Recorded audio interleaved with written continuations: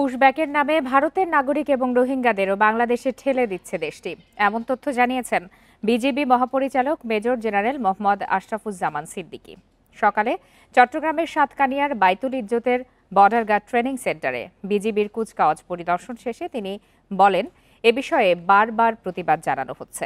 পাশাপাশি জাতীয় নির্বাচনকালীন দায়িত্ব পালনে নেওয়া হচ্ছে বিশেষ ব্যবস্থা। বান্ডেল থাকলে প্রতি সেনমানিতে টাকা বাঁচবে। বিকাশ সেনমানি বান্ডেল কিনে জিতুন প্রতি লেনদেনে। চট্টগ্রামের সাতকানিয়ার বাইতুল ইজ্জতের border guard training centre and স্কুলে বিজিবির কুচকাওয়াজ পরিদর্শন করেন বিজিবি মহাপরিচালক। সীমান্তের অতন্দ্র প্রহরী হিসেবে দেশের জন্য জীবন উৎসর্গ করার শপথ নেন নবীন সৈনিকরা।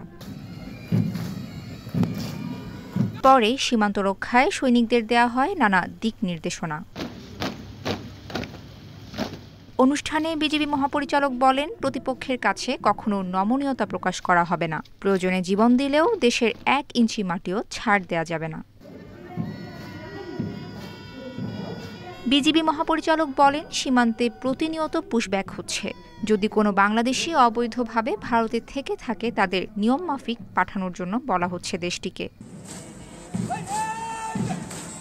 বিজিবির নতুন ব্যাচটির প্রশিক্ষণ শুরু হয় চলতি বছরের ২৬ জানুয়ারি। ২৪ সপ্তাহের প্রশিক্ষণ সম্পন্ন করেছেন ৬৫৮ জন পুরুষ ও ৩৬ জন নারী।